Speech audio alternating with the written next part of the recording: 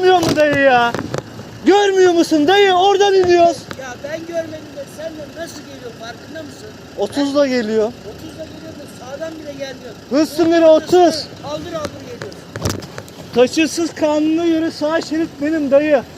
Sağ şeritte değilsin, sol şeritte. Arkadaki araçların hepsine sor. Buradan geliyor. Nereden geliyor?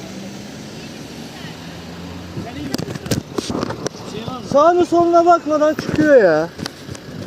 Ha, kamera kaydı alıyordum. Bak görürsün şimdi. Hadi direkt gel. Kamerayı alıyorum. Kamerayı